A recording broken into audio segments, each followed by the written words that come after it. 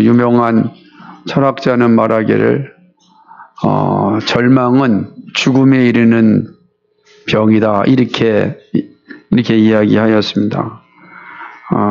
우리가 산다라고 하는 것은 그 의미는 살아야 할 소망이 있다라는 것을 가지고 있습니다. 공부하는 학생들이 공부를 통하여 얻을 소망이 없다면 공부할 동력이 아마 없을 겁니다. 내가 왜 공부해야 돼?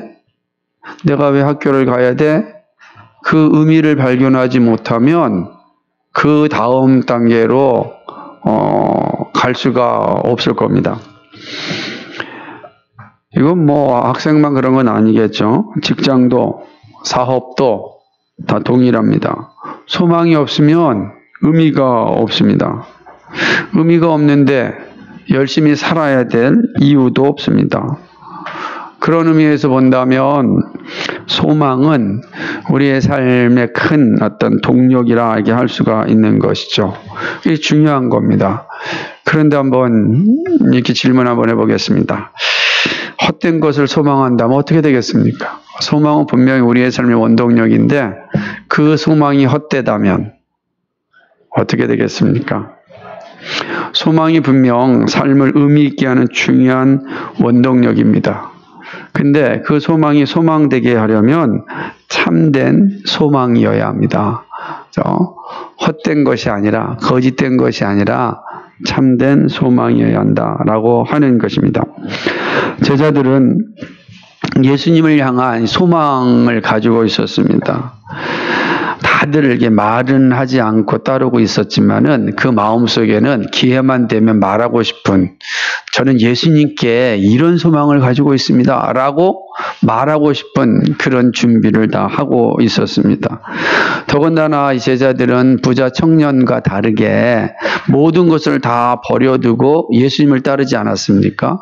그러니까 모든 것을 버려두고 예수님을 따랐으니 적어도 예수님으로부터 무엇인가를 받아야 되지 않겠느냐, 받았으면 좋겠다, 아니 받아야 한다, 이런 소망들이 다 있었을 것입니다. 그러나 누구도 선뜻 말할 수는 없었죠. 이거 선뜻 말하기가 좀 이상하잖아요. 12명이 같이 가는데, 그러니까 이제 마음속에만 이제 간직하고 있었던 겁니다. 그런데 마침 기회가 왔습니다. 예수님께서 갈릴리 사역, 베레아 사역을 마치시고 이제 본격적으로 예루살렘으로 올라가겠다라고 선언한 겁니다. 다시 말하면 요단강을 건너서 이제 유다 땅으로 올라와서 예루살렘으로 올라가시겠다는 그런 선언입니다. 이제 이 북부의 사역을 마치고 이제 중심부로 향하는 그런 여정이 된 것이죠. 예수님께서 예루살렘에 올라간다는 것이 어떤 의미인지 본인은 잘 알고 있었기 때문에 제자들을 가는 도중에 부릅니다. 그래서 다시금 모아놓고 예루살렘에 올라가는 이유를 설명합니다. 내가 예루살렘으로 이제 올라갈 것이다. 올라가면은 이런 일이 일어날 것인데 이것에 대해서 내가 담대해야 된다. 이렇게 말씀하고자 하는 의미였습니다. 올라가면 대제사장들과 서기관들이 나를 사람들에게 넘겨줄 것이다. 그죠? 재판에 넘길 거다. 사람의 재판에 넘길 것이고, 그리고 사형 판결을 내릴 것이다. 이렇게 이야기하는 겁니다. 제가 본문 말씀 안 읽었군요. 그러니까 뭔 말인지 모르겠어요. 말씀, 마태복음 20장 17절로 23절입니다. 가끔 이럴 때가 있어요. 두 번 들은 또 은혜가 되죠. 마태복음 20장 17절로부터 제가 23절까지 읽겠습니다. 예수께서 예루살렘으로 올라가시려 하실 때에 12 제자를 따로 데리시고 길에서 이르시되, 보라, 우리가 예루살렘으로 올라가노니 인자가 대제사장들과 서기관들에 넘기움에 저희가 죽이기로 결안하고 이방인들에게 넘겨주어 그를 능욕하며 채찍질하며 십자가에 못 박게 하리니 제3일에 살아나리라. 그때 세베대의 아들의 어미가 그 아들들을 데리고 예수께 와서 절하며 무엇을 구하니 예수께서 가라사대 무엇을 원하느뇨? 가로되 이 나의 두 아들을 주의 나라에서 하나는 주의 우편에 하나는 주의 좌편에 앉게 명하소서. 예수께서 대답하여 가라사대 너희는 너희 구하는 것을 너희가 알지 못하는도다. 나의 마시려는 잔을 너희가 마실 수 있느냐? 저희가 말하되 할 수 있나이다. 가라사대 너희가 과연 내 잔을 마시려니와 내 좌우편에 앉는 것은 나의 줄 것이 아니라 내 아버지께서 누구를 위하여 예비하셨든지 그들이 얻을 것이니라. 아멘. 이런 내용입니다. 그래서 이제 예루살렘으로 올라가고자 이제 결정을 하는 것이죠. 올라가면 어떤 일이 일어날 것인가? 대제사장들과 서기관들이 나를 재판에 넘길 것이고, 그리고 죽이고로 결안하고, 다시 말하면 사형 선고를 내릴 것이다. 그리고 난 다음에 이방인들에게 누구였습니까? 로마 총독부죠. 로마 총독부에 넘길 것이고, 그들이 나를 능욕하고 모욕하고 채찍질하고 그리고 십자가에 못 박혀 죽일 것이다. 그리고 내가 3일 만에 다시 살아날 것이다. 이렇게 말씀하시는 것입니다. 예수님께서는 예루살렘에 올라가면 인자가 대제사장과 서기관들에 넘길 것이다. 이렇게 말하죠. 예수님을 자신을 인자라 이렇게 표현함으로써 다니엘 선지자가 예언하였던 오실 메시아 인자가 바로 자신임을 말씀합니다. 그 오실 메시아 그 인자 바로 자신이 십자가에서 죽을 것이다. 이렇게 말씀하는 것입니다. 그러나 죽음으로 끝나는 것이 아니라 3일 후에 부활할 것이다. 자, 이런 말씀을 들었다고 한다면 분위기가 어떻게 돼야 되겠습니까? 그렇죠. 엄숙한 분위기가 될 수밖에 없잖아요. 지금 예수님이 올라가셔서 채찍질을 하고 조롱당하고 사형 선고받고 실제로 십자가에 죽을 것이다. 그리고 3일 만에 다시 부활할 것이다. 이렇게 말씀하셨습니다. 기대에 차 있었던 제자들의 입장에서 볼 때는 청청복력과 같은 말씀입니다. 왜냐하면 이 말씀이 한 번이 아니거든요. 벌써 두 번째 하시는 말씀이거든요. 그러면 이제 매우 심각하게 받아들여야 되고 준비를 해야 될 텐데 말씀을 보면 전혀 다른 분위기를 우리가 알 수가 있습니다. 20절 보니까 그때에 세베대의 아들의 어미죠. 가 옵니다. 세베대의 아들의 어미가 누구냐? 세베대의 아들들은 야고보와 요한을 의미합니다. 그러니까 야고보와 요한이 세베대의 아들입니다. 마태복음 4장 21절에 보면은 세베대의 두 아들이 야고보와 요한을 또 10장 2절에도 기록되어져 있습니다. 그러니까 이 세베대와 두 아들, 다시 말하면 야고보와 요한의 어머니가 이제 함께 따라다녔던 것 같습니다. 그러니까 여기까지 왔겠죠? 그 와가지고서 예수님 앞에 온 다음에 무릎을 다 꿇고 절을 하면서 뭘 요구하냐면은 예수님, 제 두 아들을 예수님의 나라가 이루어질 때에 하나는 우편에 하나는 좌편에 앉게 해달라 이렇게 이야기하는 것입니다. 지금 앞에서는 죽음을 얘기하고 있는데 십자가의 고난을 얘기하고 있는데 갑자기 이 제자들은 십자가의 고난에는 관심이 없고 자신들이 예수님 좌우편에 앉는 것에만 지금 관심이 있는 것입니다. 그것도 자신들이 직접 나와서 이야기하지 않고 자신의 엄마가 나와서 얘기하는 거죠. 어머니가. 왜 그랬을까요? 갑자기. 이렇게 생각하면은 성경 읽다 보면은 궁금하지 않아요? 갑자기 뜬금없이 두 어머니가 나와서 무릎 꿇고 이야기하는 다른 제자들이 어머니는 어디 있는 거예요 도대체? 이런 생각이 들 수도 있잖아요. 그리고 또 예수님께 중요한 이야기를 하는데 제자들이 직접 말하지 않고 왜 어머니를 시켜서 얘기하는가? 오늘 우리 시대로 얘기하면 치맛바람 이용하는 것처럼 느껴지잖아요. 근데 이제 이럴 때 이제 사실은 당시에 이제 문화를 좀 이해하는 게 필요한. 당시 고대 사회에서 문화에서 그러니까 늙은 여인의 이 말은 되게 존중받았습니다. 존경을 받았어요. 그렇게 유대 사회에서는 또 여성들이 교육을 가정교육을 다 행하지 않았습니까? 그래서 존중받았습니다.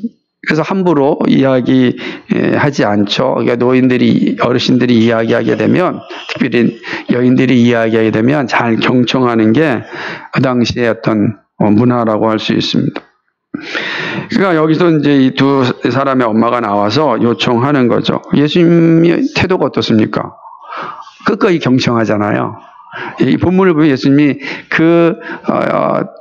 야고보와 요한의 어머니가 말하는 것을 잘 듣고 그리고 그 말에 대해서 정성스럽게 대답해 주는 것을 보고 있습니다. 그러니까 그런 어떤 문화의 모습을 보게 되는 것입니다.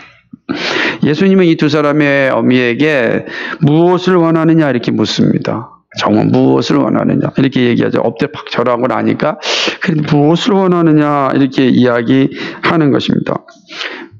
그랬더니 이 어미가 뭘 원하냐면 말씀드렸던 것처럼 하나는 예수님 우편에 하나들은 예수님 좌편에 앉게 해달라 이렇게 요청하는 것입니다. 그 예수님 좌우편에 앉는다는 것은 뭐냐면 그 앞에 이렇게 말씀하고 있거든요. 주의 나라에서 이렇게 얘기하는 거예요. 그러니까 주의 나라에서 하나는 좌편에 우편에 이렇게 생각하니까 주의 나라의 중앙에 누가 있다는 겁니까? 예수님이 있다는 거죠. 그럼 주의 나라 중앙에 예수님이 있다는 거 예수님이 누구라는 의미죠? 왕이라 아니죠. 예수님이 왕이라 통치자가 되신다면 가장 영광스러운 자리에 가까운 자리 아니겠어요? 그죠? 그 가까운 자리에 앉혀주십시오. 이렇게 이야기하는 겁니다. 가까운 자리에. 욕심이 지금 아주 가득한 것을 우리가 이제 보고 있는 것입니다. 어미로서의 욕심이 가득한 요청입니다. 그러니까 예루살렘에 올라가는 목적이 어떤 정치적인 성공에 있다고 생각한 것 같습니다. 그러니까 이제 바로 앞에 예루살렘 올라가면 예루살렘이 이제 예수님의 나라가 될 것이고 그때에 지금까지 예수님 따라다니며 고생하였던 우리 야고보와 요한을 예수님 좌우편에 탁 앉혀서 예루살렘에서 좀 남은 생애를 멋지게 좀 살게 해달라라고 하는 그런 마음이었을 겁니다. 근데 이 장면을 여러분 잘 생각하셔야 됩니다. 지금 예수님이 하신 말씀과 지금 이 어미감, 이 상황이 얼마나 충돌하고 있고 이상한 지금 모습을 가지고 있는지 모릅니다. 그럼에도 불구하고 예수님은 그 말에 대하여서 정성스럽게 답변하는 것이죠. 예수님은 예루살렘에 올라가는 것이 정치적 메시아로서 올라가는 것이 아니라 인류의 죄를 대신하여 십자가를 해서 죽으시기 위해 올라가는 겁니다. 그러니까 철저히 영적인 그런 행보라고 할 수가 있습니다. 그러기에 예수님은 이 어미에게 이야기합니다.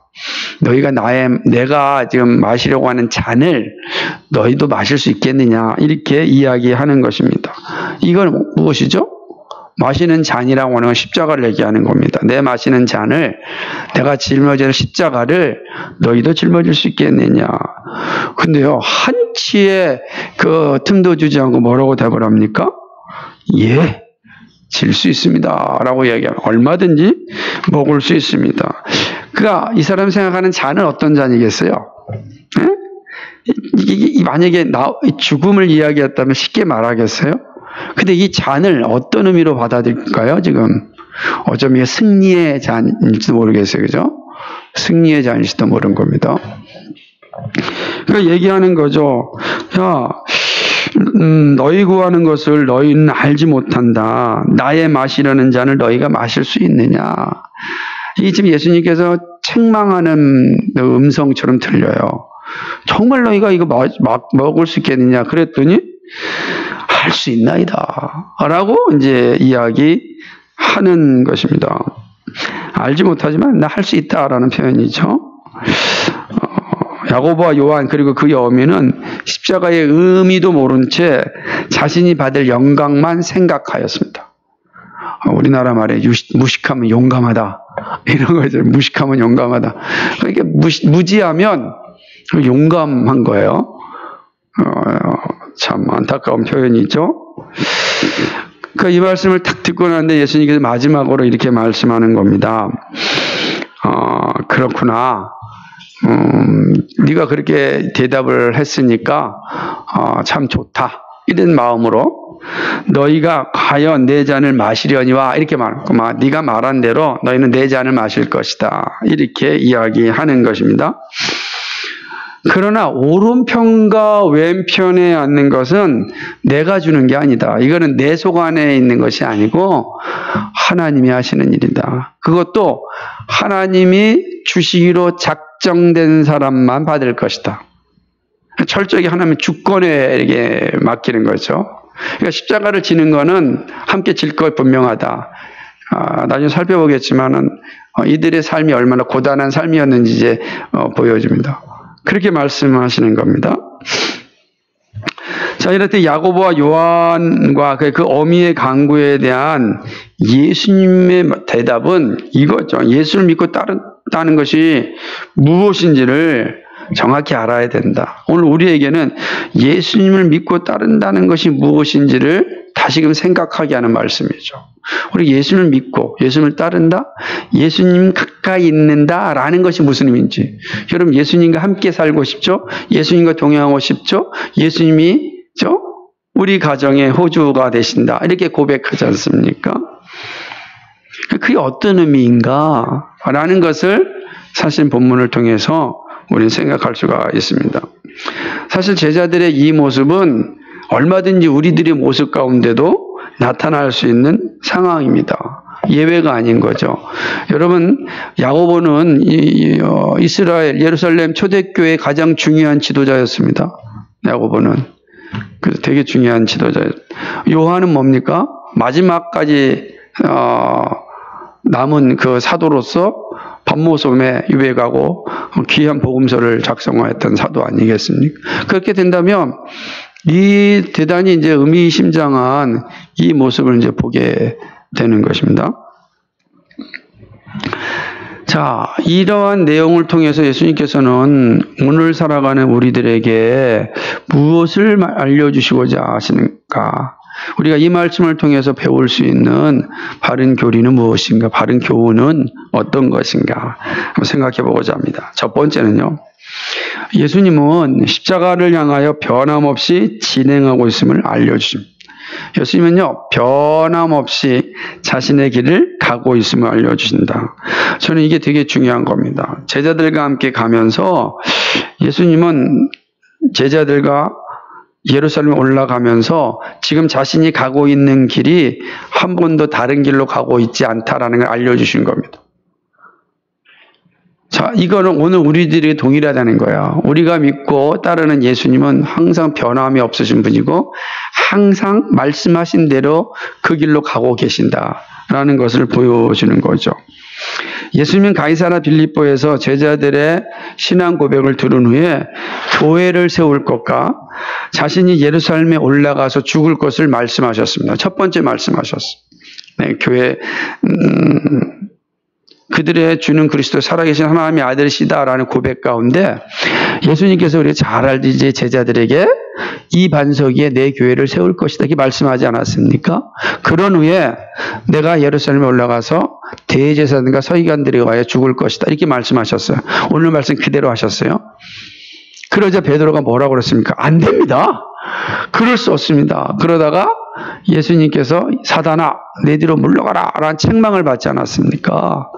그렇게 말씀하였습니다. 그 이후에 예수님의 사역은 그렇게 말씀하시고서 곧바로 예루살렘 올라가지 아니하시고 가이사랴 빌립보에서 내려오면은 어디냐면은 갈릴리고 가버나움이에요. 지도상으로. 북쪽에 있거든요. 그러니까 북쪽에서 바로 밑으로 쭉 내려오면 거기가 바로 갈릴리고 가버나움이란 말이에요.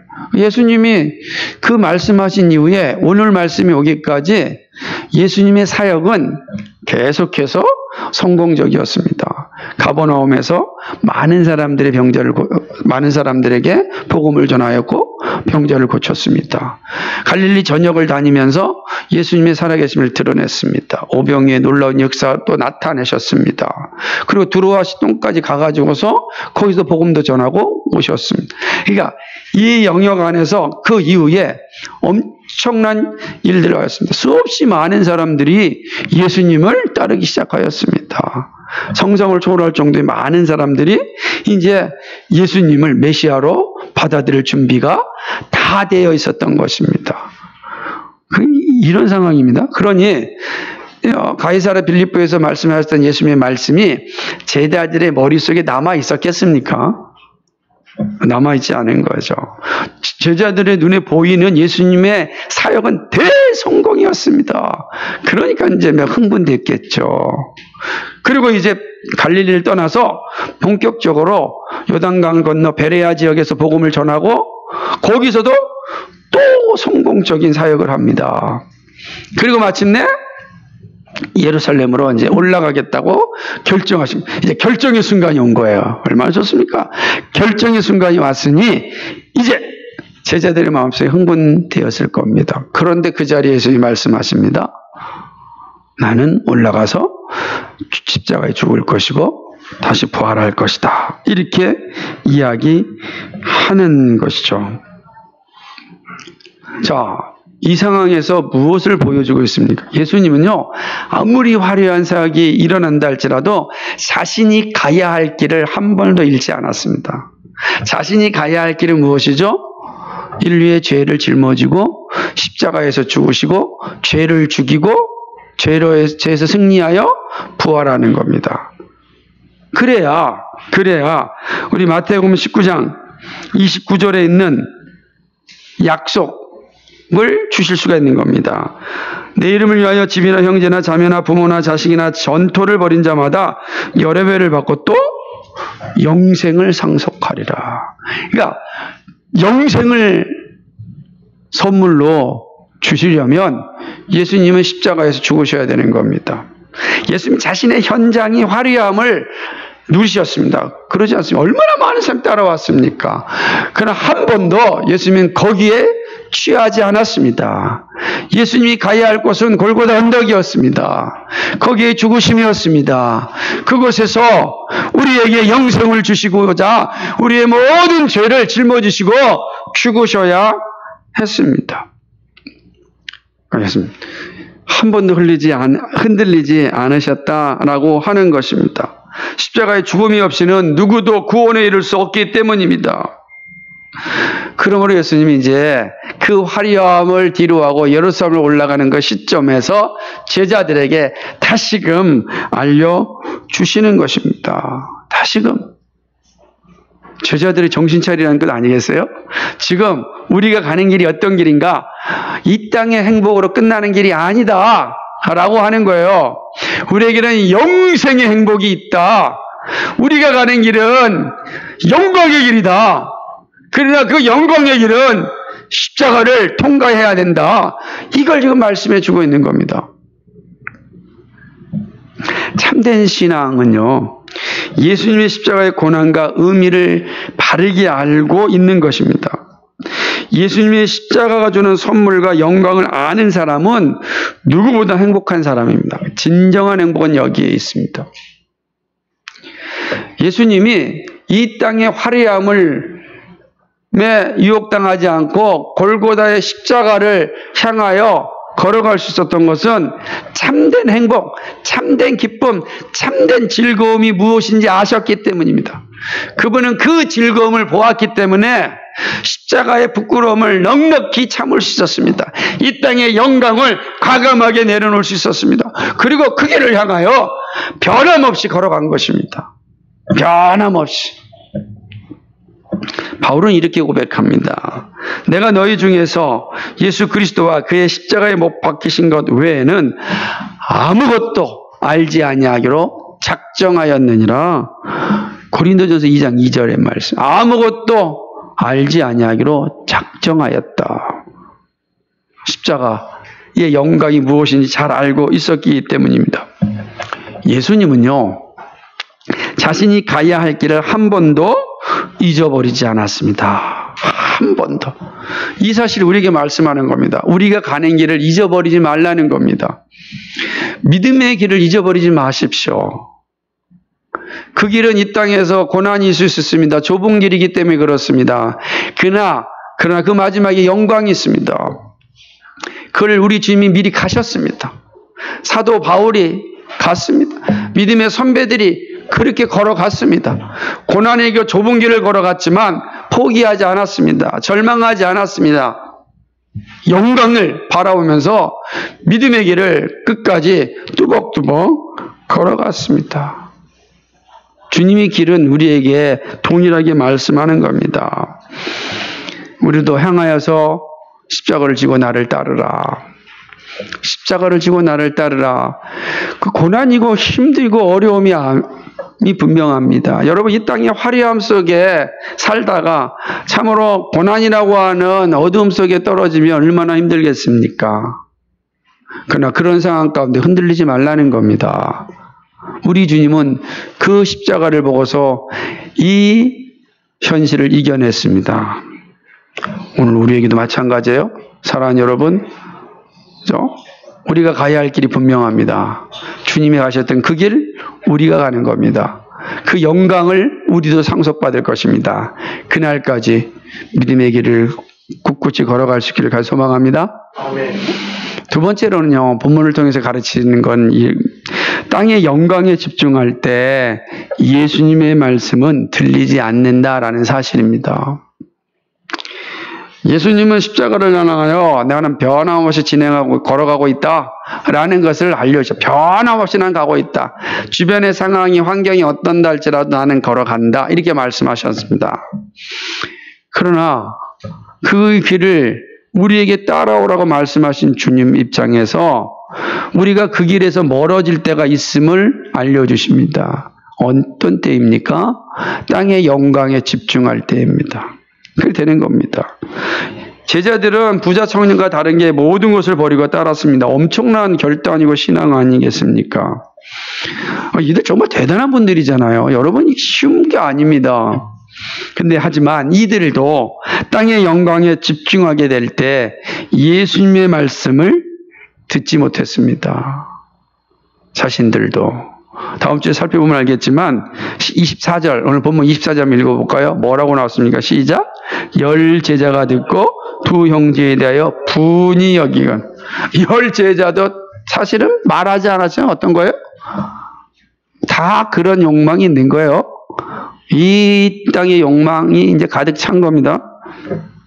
이야기하는 겁니다.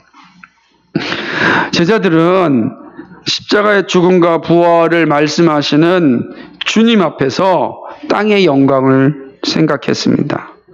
야고보와 요한은 자신의 어미를 통하여 장차 있을 영광을 기대하였습니다. 예수님이 왕이 되어 다스리는 나라. 물론 이들이 예수님이 왕이 된다라는 믿음이 있는 게 훌륭합니다. 근데 이게 영적인 왕으로 생각해야 되는데, 그죠? 정치적인 왕으로 생각하면은 헛된 욕망에 빠지게 되는 것입니다. 이들이 땅의 욕망에 집중하게 되자 예수님께서 주시고자 하시는 그 진리를 듣지 못한 거예요. 예수님께서 하시고자 하시는 그 거룩한 선물을 보지 못하는 것입니다. 이들에게 중요한 것은 땅의 영광이었습니다. 예수님의 좌우편에 앉을 생각만 하였지 예수님이 감당할, 예수님과 함께 질 십자가는 생각하지 않았습니다. 오늘 우리 시대는 확증 편향이라는 말이 있습니다. 보고 싶은 것만 보고 듣고 싶은 것만 듣는 것을 의미합니다. 그래서 정말 중요한 것을 보지 못하는 거예요. 진실도 보지 못하고 중요한 것도 보지 못하는 겁니다. 자기 것만 보게 되어 있습니다. 그렇게 되는 것이죠. 여러분, 믿음의 길에 있어 가장 중요한 건 예수 그리스도입니다. 그렇죠? 이미 주님은 마태복음 19장 29절 우리가 앞에 보았던 것처럼 엄청난 선물을 약속하죠. 이처럼 큰 선물이 어디 있습니까? 그런데 야고보와 요한과 그들의 어머니는 더 큰 욕망에 사로잡혔습니다. 결국 예수님의 책망과 다른 제자들의 시기를 받게 되는 그런 분란을 가져오게 된 것이죠. 예수님께는 책망받았고 다른 제자들로부터는 분란을 일으키는 요소를 만든 것 아니겠어요? 분한 마음을 갖게 된 거예요. 근데요, 여러분, 이 모습이 제자들의 모습만은 아니지 않습니까? 우리들에게도 있습니다. 땅의 영광이 너무 화려해서 하나님의 말씀이 들리지 않을 때 수두룩합니다. 그렇죠? 여러분, 우리의 눈이 그리스도를 바라보지 않고 세상을 바라보면 아무리 좋은 복음이 들려와도 들리지 않아요. 목사님, 지금 내가 사는 게 얼마고 힘들고 어려운데 그 말씀이 무슨 의미가 있겠어요? 이렇게 이야기하는 겁니다. 그러니까 나를 집중하고 나에게 모든 것이 중심적으로 살게 되면 예수님께서 나에게 주시는 말씀이 들리지 않는 겁니다. 네?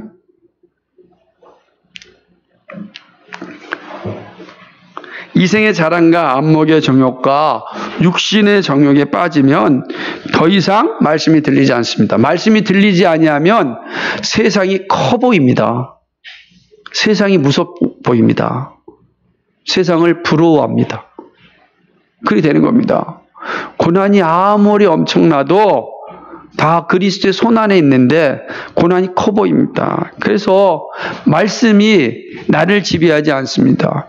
말씀이 나를 지배하지 아니하면 참된 소망을 갖지 못하게 되고 참된 소망이 없으면 삶은 절망에 빠지게 되는 거죠. 이게 이 세상을 지배하는 사단이 늘 우리를 유혹하는 수법입니다. 그렇게 되면 어떻게 되겠습니까? 자신의 귀를 간지럽게 해주는 그런 거짓 선지자들을 찾아가게 됩니다. 그들 말에 혹하며 살게 되는 것입니다. 이것이 야고보와 요한이 잠시 빠졌던 침체였습니다. 우리라고 예외가 아닙니다. 이게 두 번째 교훈입니다. 세 번째는요, 믿음의 길에는 십자가 없는 영광이 존재하지 않습니다. 우리가 늘 들었던 말씀입니다. 그죠? 십자가 없이 면류관이 없다. 분명한 말씀. 근데 예수님은 계속해서 이 말씀을 반복하여 주십니다. 왜 그럴까요? 이 세상이 워낙 달콤하기 때문에 조금만 눈을 감아버리고 침체에 빠지면 십자가 없는 영광을 구하려고 해요. 십자가 없는 영광을 소망합니다. 영광을 소망해요. 우리 가운데 영광을 소망하지 않는 사람이 어디 있습니까? 근데 예수님은 십자가 있는 영광을 얘기하는데 사단은 십자가 없는 영광을 우리에게 말하는 겁니다. 야, 십자가 없이도 영광의 삶을 누릴 수 있다라고 말하는 것이죠. 우리가 오늘 본문에서 아주 매우 의미심장하게 들어야 될 말씀이 22절입니다. 22절 말씀이 이렇게 이야기합니다. 예수께서 대답하여 가라사대 너희 구하는 것은 너희가 알지 못하는도다. 나의 마시려는 잔을 너희가 마실 수 있느냐? 이렇게 말씀하는 거죠. 너희가 마실 수 있느냐? 이거 마시지 않으면 안 되잖아요. 마시지 않으면은 예수님의 나라에 들어갈 수가 없는 거예요. 마실 수 있느냐? 이걸 알아야 마실 수 있거든요. 또 알고 마셔야 되는 겁니다. 그게 뭡니까? 십자가 있는 영광이란 거예요. 예수님은 야고보와 요한과 그 어미가 구하는 좌우편의 영광이 무엇인지 너희가 알지 못한다고 못하면서 구한다고 이렇게 지적하시는 거예요. 책망하는 거죠. 지금 내 좌우편에 앉는 게 무슨 의미인지 아느냐? 예수님이 좌우편에 앉으려면 어떻게 됩니까? 죽어야 되잖아요. 예수님이 죽듯이 예수님이 죽은 이후에 왕이 되시잖아요. 왕으로 하나님. 그러니까 그렇게 말씀하시는 거예요. 지금 그분은 왕으로 오셨으니까 오셨지만 십자가 죽으셔야 돼요. 죽음을 이기셔야 돼요. 그래야 만왕의 왕으로서 우리에게 영생을 상속해 주시는 분이란 말이에요. 나의 마시려는 잔을 너희가 아느냐?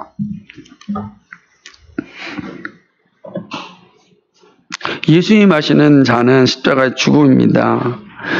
야고보와 요한은 땅의 영광을 생각하면서 마실 수 있습니다 라고 이야기하였어요.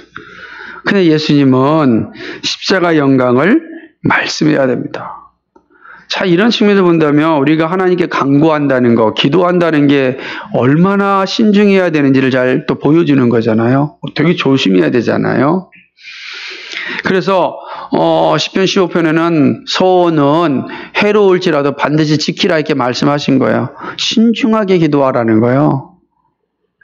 아무 생각 없이 헛된 욕망으로 기도하지 말라라고 하는 것을 말씀하는 것입니다. 전도서 5장 2절에 이렇게 말씀하고 있어요. 너는 하나님 앞에서 함부로 입을 열지 말며 급한 마음으로 말을 내지 말라. 하나님은 하늘에 계시고 너희는 땅에 있음이니라. 그런즉 마땅히 말을 적게 할 것이라. 이렇게 말씀하고 있어요. 그죠? 함부로 입을 내지 말고 급하게 말하지 말라. 하나님이 다 들어주신다고 약속하셨잖아요. 하나님 우리의 기도를 다 들어주신다고 말씀하셨어요. 근데 그걸 함부로 급하게 말해서 낭패에 빠지는 어리석음에 떨어지지 말라고 이야기하는 것입니다. 함부로 그렇게 급하게 기도하는 것은 실수를 저지릅니다.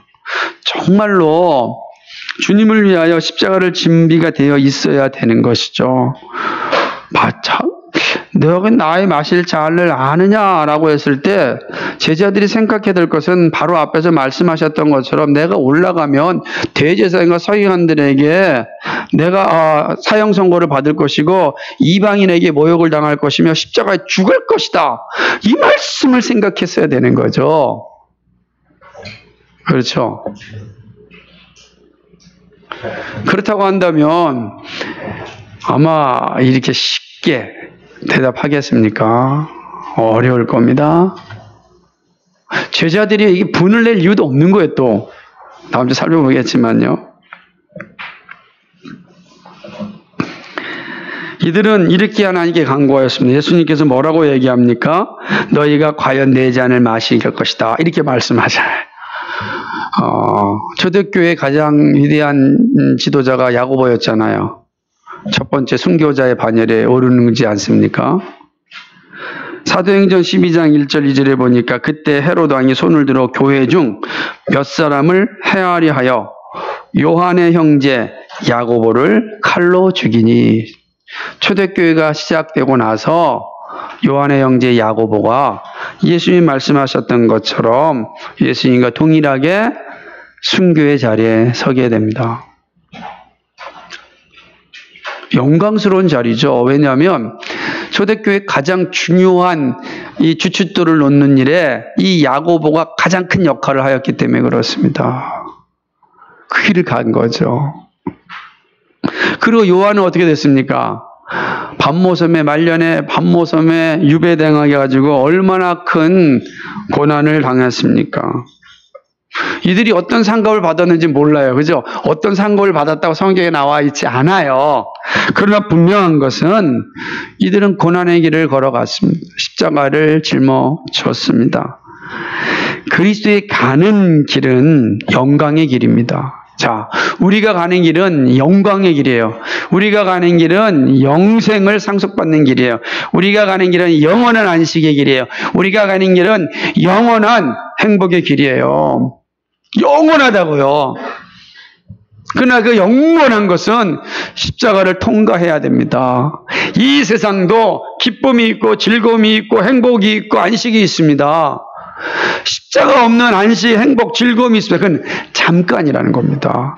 잠시 겪고 영원한 지옥 속으로 떨어지는 겁니다. 영원한 고통과 영원한 아픔 속으로 떨어지는 것입니다. 그게 십자가 없는 영광을 추구하는 세상의 모습이고 세상이 가는 길입니다. 그러나 그리스도인이 가는 길은 십자가를 통과한 영광입니다. 십자가 없이 영광의 자리란 존재하지 않습니다. 그래서 우리 주님께서 말씀하시는 거예요. 그래서 예수님께서는 그 영광을 앞에 두고서 걸어간 겁니다. 우리가 잘 아는 말씀처럼 히브리서 12장 그죠? 3절에 있는 말씀이고요.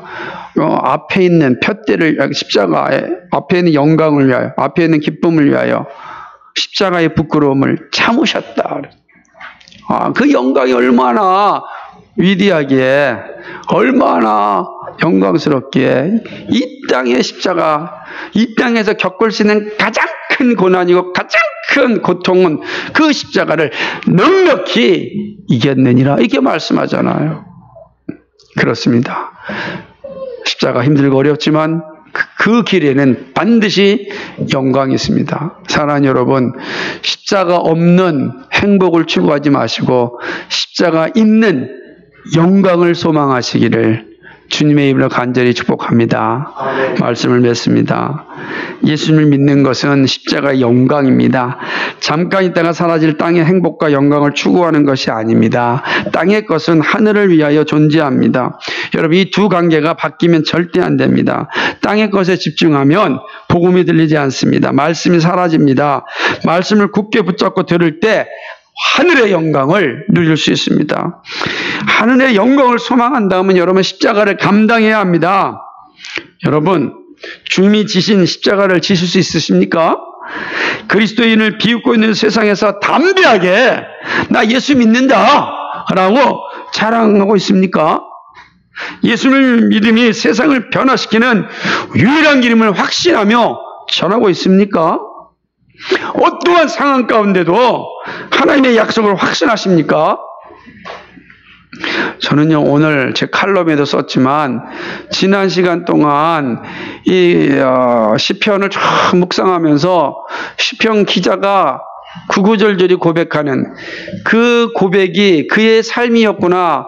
그의 삶이 얼마나 영광스럽고 지금은 더 영광스러운 자리에 있구나 하는 것을 느끼게 되었습니다. 아마 저는 제가 묵상하면서 나눴던 글들을 기록하였지만 여러분도 그 말씀을 묵상하면서 여러분 가운데 들려주신 하나님의 말씀으로 아마 힘을 얻었으리라 생각을 합니다. 그렇습니다. 어떤 상황 가운데일지라도 그 상황이 우리의 손을 떠난 상황이라 할지라도 하나님의 약속을 의심하지 마십시오. 하나님의 약속을 확신하십시오. 믿음은 역사를 만들어냅니다. 왜 그렇습니까? 하나님께서 우리에게 확증하여 주셨기 때문에 그렇습니다. 그래서 이 길은 힘들고 어렵지만 반드시 영광이 있는 길임을 기억하시기 바랍니다. 여러분, 하나님 우리의 간구를 기쁘게 들으십니다. 그러나 헛된 것을 구하거나 정욕으로 구할 때 듣지 않으십니다. 항상 말씀에 근거하여 기도하시기 바랍니다. 십자가를 지는 기도를 하셔야 합니다. 주님은 이러한 기도를 기쁘게 받으시고 응답하십니다. 무엇을 원하느냐? 이런 주님의 질문은요, 정직한 기도에 나는 얼마든지 응답하겠다. 이런 것을 함의하고 있는 것입니다. 무엇을 원하느냐? 너희가 정직하게 내 마음의 뜻에 합당하게 구한다면 무엇이든지 구하라. 다 응답하겠다. 라는 말씀입니다. 사랑하는 여러분, 우리 모두 주님의 응답을 받는 믿음의 군사가 되기를 주님의 이름으로 축복합니다. 아멘. 거룩하시고 자비하신 하나님 아버지, 고맙고 감사합니다. 예수님은 우리를 구원하시기 위하여 이 땅에 오신 자신의 소명을 끝까지 감당하였습니다. 어떠한 유혹과 어떠한 환경이 지배한다 할지라도 그는 흔들리지 아니하고 골고다의 십자가를 향하여 걸어갔습니다. 오늘 우리에게도 이 사실을 말씀합니다. 우리가 가야 할 길은 영원한 생명을 상속받는 하나님의 나라입니다. 이 땅이 우리가 사는 것이 아닙니다. 지나갈 것입니다. 우리는 하나님의 나라에서 이 땅에 잠시 소풍 왔을 뿐입니다. 하나님 나라에서 영원한 영생을 누리며 영원한 영광과 영원한 기쁨을 우리는 누릴 것입니다. 그러나 그 나라는 십자가 없이는 들어갈 수가 없습니다. 십자가 없이 영광은 없기 때문에 그렇습니다. 그러므로 주님은 십자가를 져야 영광이 있다라고 말씀하는 겁니다. 그리스도인은 십자가를 통한 영광을 누리는 자입니다. 좁은 길을 통한가 하지만 그러나 반드시 영광의 나라에 들어가는 것입니다. 이 사실을 기억하며 살게 하여 주옵소서. 그러나 주님, 이 땅에서 이 세상의 영광에 눈을 돌리면 십자가는 보이지 않습니다. 주님의 말씀이 들리지 않습니다. 그럼 세상 것에 살다가 절망하여 영원한 멸망 가운데 떨어지고 맙니다. 거룩하신 주님, 우리를 붙잡아 주시고 인도하여 주옵소서. 믿음의 눈으로 늘 주님을 바라보게 하여 주시옵시고 주의 말씀에 우리의 눈이 항상 고정되게 하여 주옵소서. 말씀이 인도하는 대로 인도함 받고 살게 하여 주옵소서. 그리하여 주님이 약속하신 영생을 선물로 받고 하나님께 영광 돌리는 우리의 삶이 되게 하여 주시옵소서. 이 땅에서도 믿음의 거룩한 여정을 감당하며 청지기로서의 사명을 잘 감당할 수 있도록 믿음을 완주할 수 있도록 주여 도와주옵소서. 감사합니다. 우리 주 예수 그리스도의 받들어 기도하옵나이다. 아멘.